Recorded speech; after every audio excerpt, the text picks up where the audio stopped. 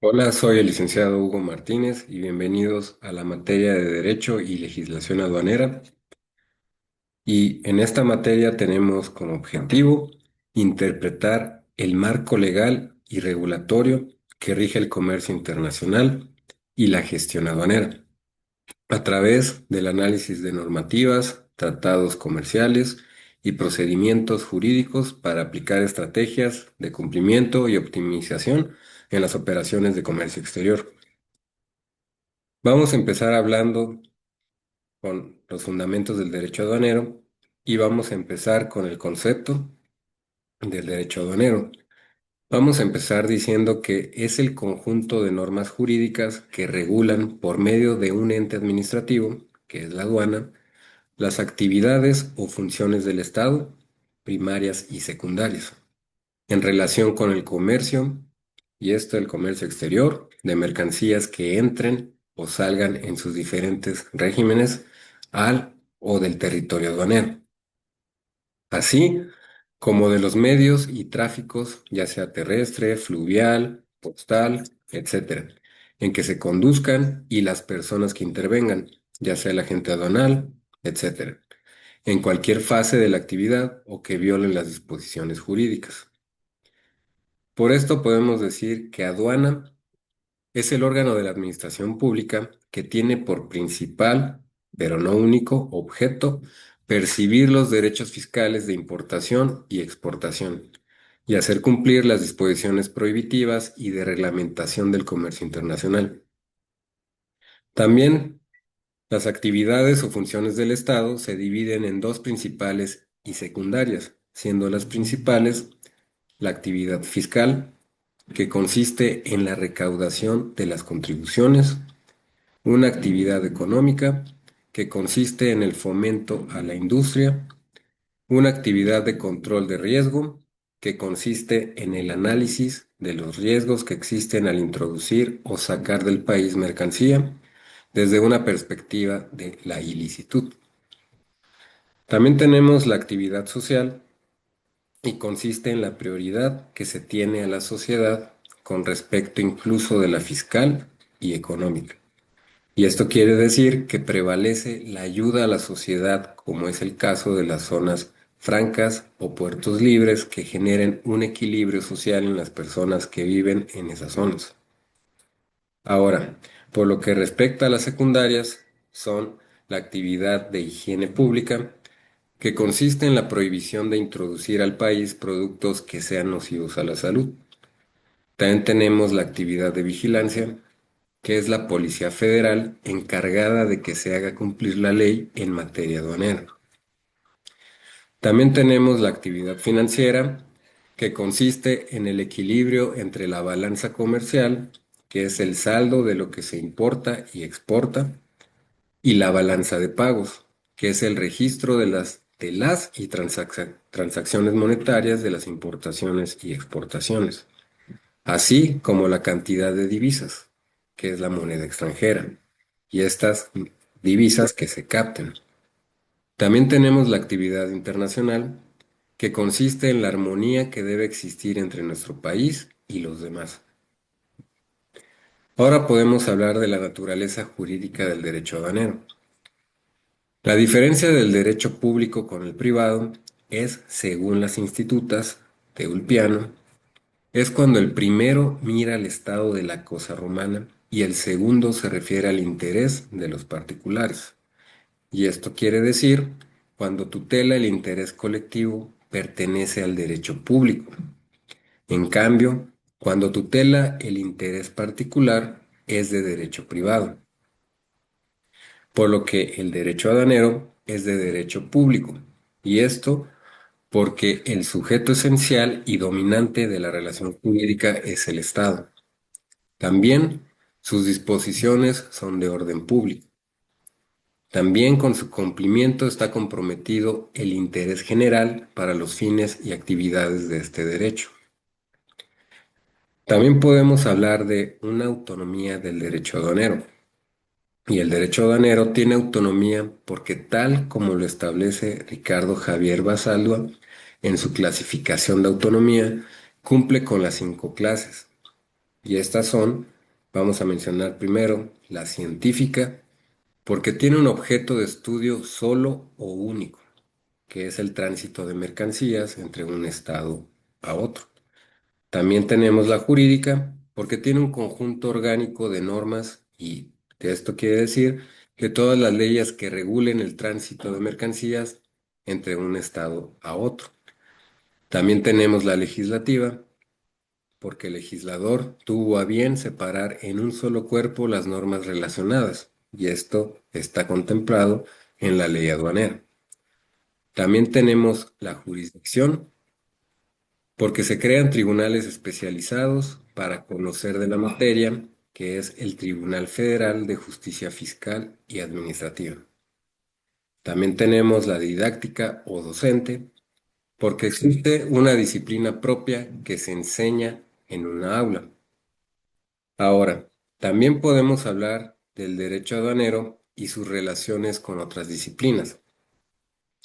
No obstante que es autónomo el derecho aduanal, se relaciona con más áreas del derecho, tales como el derecho constitucional, y se relaciona con el derecho constitucional porque en la Constitución establece la facultad de establecer impuestos al comercio exterior. También con el derecho administrativo, porque existen atribuciones y facultades conferidas al personal de gobierno encargado de la fiscalización del comercio exterior. También con el derecho fiscal, porque el interés principal es la recaudación de contribuciones. También se relaciona con el derecho financiero, porque se va a regular la balanza de pago y de comercio. También tenemos que se relaciona con el derecho penal, porque se castigará todo acto o hecho contrario a la ley aduanal en dicha materia. También se relaciona con el derecho internacional, porque determina las zonas de integración aduanera como son las áreas de libre comercio. También tenemos que se relaciona con el derecho económico, porque el Estado busca que el particular obtenga un fin económico, que es una incentivación. También se relaciona con el derecho civil, porque incide en los diversos principios o doctrinas del derecho civil, como la personalidad, la obligación, la propiedad, etc. También tenemos que se relaciona con el derecho mercantil, porque de igual forma incide en los diversos principios y doctrinas del derecho mercantil, como los comerciantes, los títulos de crédito, los manifiestos de carga, etc. Ahora tenemos una base constitucional del derecho aduanero mexicano, y esta se encuentra en los artículos 31, fracción cuarta, 73, fracciones séptima, 29 y 30. También en el 89, fracción 13, 117, fracciones cuarta, quinta, sexta y séptima, el 118, fracción primera y 131 de la Constitución Política de los Estados Unidos Mexicanos. Ahora, tenemos también facultades del Poder Legislativo, y estos están contemplados en el artículo 73, en las fracciones séptima, 29 y 30, y se refiere a la facultad de crear contribuciones. También tenemos las prohibiciones de los estados, y esta está contemplado en los artículos 117, fracciones cuarta, quinta, sexta y séptima. Y este artículo 117 se refiere a la prohibición de gravar más de lo establecido las mercancías o por su paso entre los estados de la República Mexicana. También tenemos el artículo 118 sobre estas prohibiciones de los estados en su fracción primera, que se refiere a la facultad exclusiva del federal para imponer contribuciones de importación y exportación y no a los estados.